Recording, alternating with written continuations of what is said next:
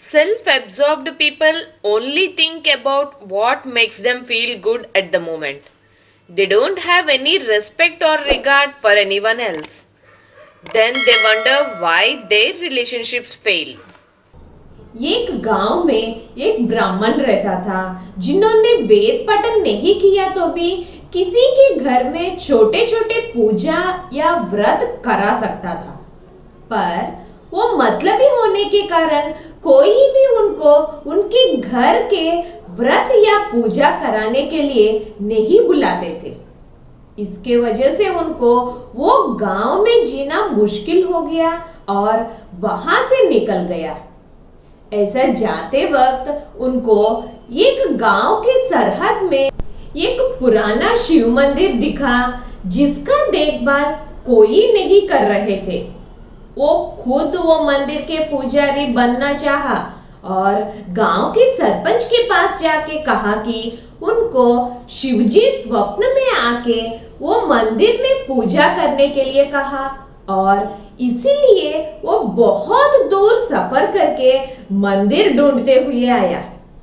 ऐसा झूठ कहकर पुजारी बन गया तो भी उनको वो मंदिर के दर्शन बहुत कम लोग करने से ज्यादा पैसे नहीं मिल रहे थे। इस निराशा से वो एक रात शिवजी को एक पैर से मार के किसी को बिना बताए वहां से निकल गया। ऐसा जंगल में जाते वक्त ये पुजारी को एक वृद्ध ब्राह्मण मिला। दोनों एक दूसरों की परिस्थिति जानने के बाद साथ में सफर करने का निर्णय लिया। दोपहर में दोनों एक झाड़ के नीचे खाना खाने के लिए रुके थे। पुजारी अपने साथ पिछले दिन मंदिर में बचा हुआ प्रसाद लाया और वृद्ध ब्राह्मण पोहा लाया। दोनों पहले पोहा खाना शुरू किया, पर वो पोहा खत्म करने के पहले ही दोनों के पेट भरने के कारण पुजारी अपना खाना खोला नहीं और वृद्ध ब्राह्मण बाकी पोहे को पोटली में वापस रख के सो गया। जब ये वृद्ध ब्राह्मण सो रहा था तब पुजारी बाकी पोहे चुरा के खा लिया। थोड़ी देर के बाद वृद्ध ब्राह्मण उठने के बाद पोहे के बारे में पुजारी को पूछा तो पुजारी उनको कुछ पता नहीं कहा। कोई बात नहीं सोचकर वृद्ध ब्राह्मण और पुजारी वहां से निकल गया और एक शहर पहुंच गया। वहां ये दोनों ने सुना कि उस राज्य के राजा की बेटी की तबीयत बहुत खराब है और राजा ने प्रकटन किया कि जो उनके बेटी को पूरा स्वस्थ बनाएगा उनको जितना सोना चाहे उतना सोना देने के लिए राजा तैयार है। ये सुनकर वृद्ध ब्राह्मण पुजारी को वो आसानी से राजकुमारी को बचा सकता है कहकर पुजारी के साथ राजा के पास गया। राजा राजकुमारी पे आशा छोड़ दिया था। उस वक्त वृद्ध ब्राह्मण राजा के पास जाके वो राजकुमारी को बचाने के लिए एक गुप्त इलाज करने वाला है तो उनको एक घर और टंकी भर के दूध चाहिए कहा। राजा ने वृद्ध ब्राह्मण को वो सब देके राजकुमारी को वृद्ध ब्राह्मण के साथ भेजा। वृद्ध ब्राह्मण घर के बीच में आग लगाया और राजकुमारी को उसमें फेंक दिया। पुजारी ये सब देख रहा था। राजकुमारी जल्द ही राख में बदल गई। तब वृद्ध ब्राह्मण राजकुमारी के कुछ हड्डियां उस राख में से निकाला और दूध की टंकी में डाला। एकदम टंकी में से राजकुमारी सुंदर स्वस्थ बनके जिंदा बाहर आई।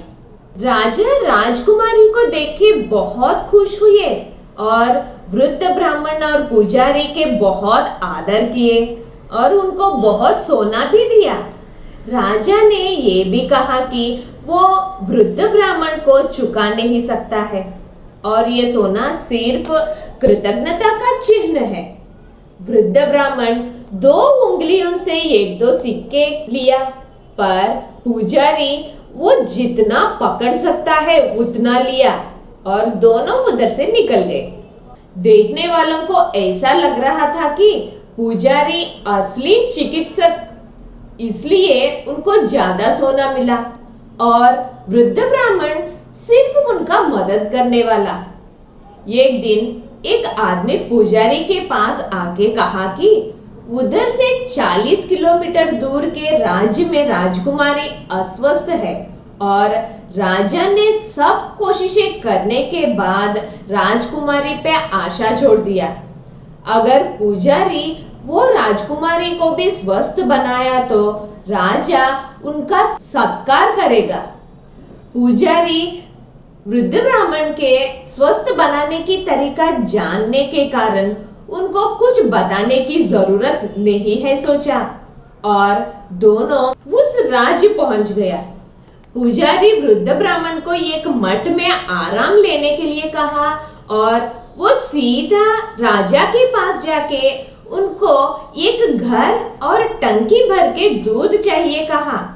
राजा ने सब दिए और राजकुमारी को भेजा। वृद्ध ब्राह्मण जैसा किया पहले वैसा ही पुजारी भी ये राजकुमारी को आग बना के उसमें फेंक दिया। राजकुमारी चिल्लाते हुए राख में बदल गई। तब उनकी हड्डियां निकाल के पुजारी दूध की टंकी में डाला। हड्डियां दूध में तैर रहे थे पर राजकुमारी जिंदा नहीं आई। पुजारी को डर से पसीने छूटने लगे। पूरा विषय जानने के बाद सैनिकों ने पुजारी को राजा के पास ले गया। राजा ने पुजारी राजकुमारी को जिंदा आग में फेंकने के वजह से उनको मरण दंडन दिए। तब पुजारी राजा से वृद्ध ब्राह्मण राजकुमारी को जिंदा ला सकता है कहकर उनको बुलाने की अनुमति मांगे। राजा पुजारी की बातें नहीं माना और गले में फांसी भी लगा लिया। उस वक्त वृद्ध ब्राह्मण वहां आया और पुजारी को उनके पोहे किसने चुराया पूछा। पुजारी ने उनको सच में कुछ नहीं पता है कहा। कितनी बार वृद्ध ब्राह्मण ने पूछा उतनी बार पुजारी ने वो ही जवाब दिया।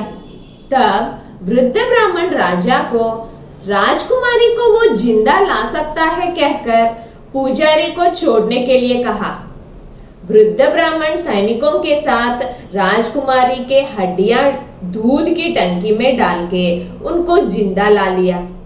राजकुमारी को जिंदा देखकर राजा खुशी से पुजारी को छोड़ दिया और वृद्ध ब्राह्मण को बहुत सोना दिए। मठ में सोने के साथ वृद्ध ब्राह्मण को देख के पुजारी ने हम दोनों बहुत दिन से अपने कष्ट सुख में साथ बिताया तो ये सोना भी दोनों बांटेंगे कहा। वृद्ध ब्राह्मण ठीक है कहा और वो सोना को 3 भाग करने लगा। पुजारी वो 2 ही जन है तो 3 भाग क्यों पूछा। तब वृद्ध ब्राह्मण तीसरी बार वो जो पोहे चुराया उनके लिए कहा। तब पुजारी ने सच बता दिया कि उन्होंने पोहे चुरा लिया।